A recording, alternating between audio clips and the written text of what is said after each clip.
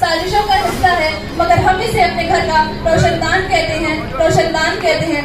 मर्यादा की पराकाष्ठा के अतुल्य हमारे प्रबंधक महोदय, आदरणीय प्रधानाचार्य जी, सत्य के रक्षक, बेईमानी के भक्षक हमारे शिक्षकगण और मेरे सभी मित्रों को मेरा सादर नमन।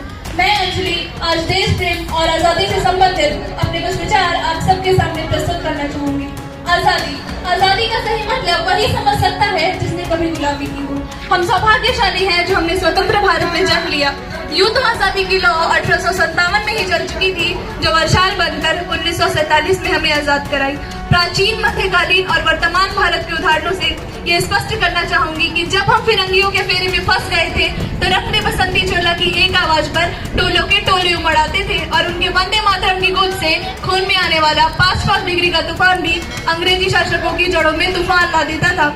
इसके बाद 62, 65 और 71 के युद्धों में अपना सुहाग गवा देने वाली वो औरत की प्यार भी भरपूर गया, मांग का सिंदूर गया, नन्हे नौनिहालों की लंगोटियां चली गई, छोटी छोटी बेटियों की चोटियां चली गई, बाप की कमाई गई, भाई की पढ़ाई गई। ऐसा एक विस्फोट हुआ, पता ही नहीं चला पूरे जिस्म की कई बोटियां चली गई, कई बोटियां चली गई। और आपके लिए तो केवल एक आदमी बना है साहेब, किंतु मेरे घर की तो रोटियां ही चली गई, मेरे घर की तो रोटियां ही चली गई। वाले हालात पैदा हो जाने के बाद भी एक माँ अपने बेटे को सरहद पर दुश्मनों की धज्जियां उड़ाने के लिए भेज दिया करती थी और उसे पत्र लिखा कर ये भेजा करती थी कि अम्मा ने खत लिखा है बड़े ही चाव से, पुत्र मेरे ना घबरा जाना, 1 इंच पीछे ना हटना, चाहे इंच इंच कट जाना, चाहे इंच इंच कट जाना। इस तरह पूरा परिवार अपनी देशभक्ति साबित कर रहा होता था।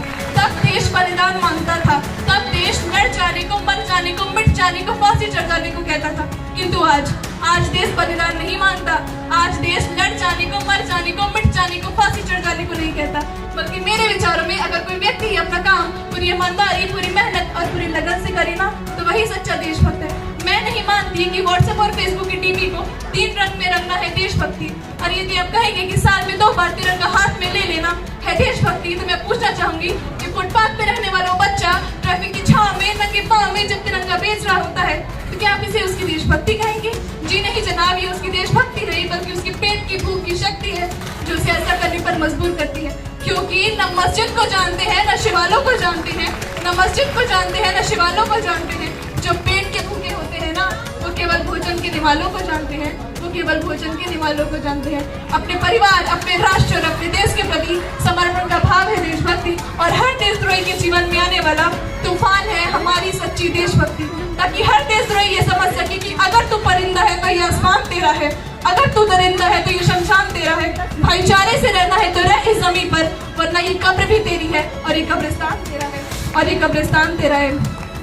परंतु एक देशद्रोही से ज्यादा एक देशभक्ति तब बात होती है जब एक बेटा अपने बूढ़े माँ बाप को वृद्धाश्रम की चौखट पर छोड़ाता है। करावती है वो देशभक्ति जब मुसीबत में फंसे लोगों की मदद करने से ज्यादा हम सेल्फी लेकर अपने लाइफ बढ़ाने में लगे होते हैं। आज के इस दौर में वो युवा जिन पे जिम्मेदारी थी अपने राष्ट्र, अपने परिवार और देश की आशाओं को बांधे रखने की, वो युवा अब 4x4 इंच की छोटी सी स्क्रीन पर अपनी कोमल उंगलियों के घर्षण मात्र से ऑनलाइन वीडियो को अपनी भावनाओं की इमोजी भेज रहा है। 4 बोतल वोडका काम मेरा रोज का ने भारत का भविष्य तबाह कर दिया है।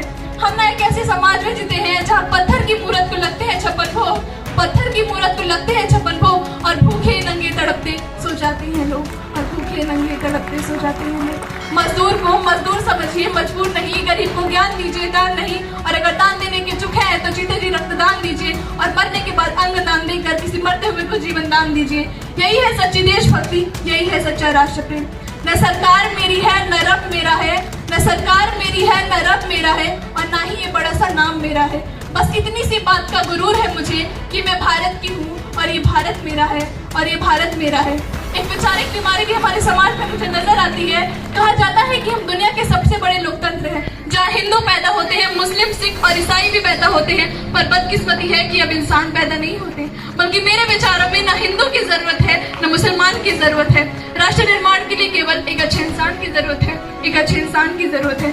जरा सोच कर देखिए कि पेड़ पौधे शाखाएं भी परेशान हो जाए अगर परिंदे भी हिंदू और मुसलमान हो जाए। एक्सेप्शन बीमारी भी हमारे समाज में मुझे नजर आती है। और बड़ी ही आश्चर्य की बात है कि जिस देश ने तक्षशिला और नालंदा देकर विश्वधारी शिक्षा की बुनियाद रखी, आज विश्व के सर्वश्रेष्ठ विश्वविद्यालयों में से हमारा एक भी विश्वविद्यालय खड़ा नहीं हो पाता।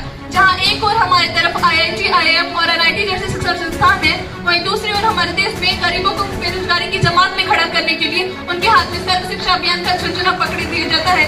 और मैं बता दूं कि शैक्षिक बीमारी की जो जड़ है ना, वो है हमारा अंधविश्वास। जब तक इस देश का युवा अपनी सफलता के लिए मंदिरों में जा जाकर नारियल फोड़ कर भगवान को रिश्वत लगाता रहेगा, हमारे समाज के शिक्षित वर्ग का ही बिल्ली के रास्ता काटने में खड़े हो जाना, अपने धर्म अपनी जाति को ऊंचा मानकर दूसरों के धर्म की अवहेलना करता रहेगा, तब तक हमारा राष्ट्र निर्माण संभव नहीं होगा।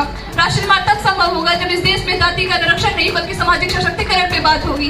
राष्ट्र निर्माण तब संभव होगा जब स्वच्छ भारत, स्वस्थ भारत में केवल सरकार नहीं बल्कि सड़क पर चलने वाला हर एक नागरिक हाथ बढ़ाएगा। राष्ट्र निर्माण तब संभव होगा जब एक गरीब बच्चा मध्याह्न भोजन के लिए नहीं अभी तो ज्ञान अर्जन के लिए सरकारी स्कूल की चौखट पर कदम रखेगा। और असल मायने में जब राष्ट्र निर्माण तब संभव होगा जब एक नागरिक नैतिक रूप से सटीन, चारित्रिक रूप से दिवालिया, धार्मिक रूप से अंधा, राजनीतिक रूप से गंदा, शैक्षिक मान मूल्यों के आंकड़ों में चिन्ह पैपंद में ये खंड भारत को खंड करता रहेगा, तब तक हमारा राष्ट्र निर्माण संभव नहीं होगा। बड़ी बड़ी बातें नहीं, छोटी छोटी कोशिशों की जरूरत है, क्योंकि ठोकर हमें पहाड़ से नहीं पत्थरों से लगा करती है।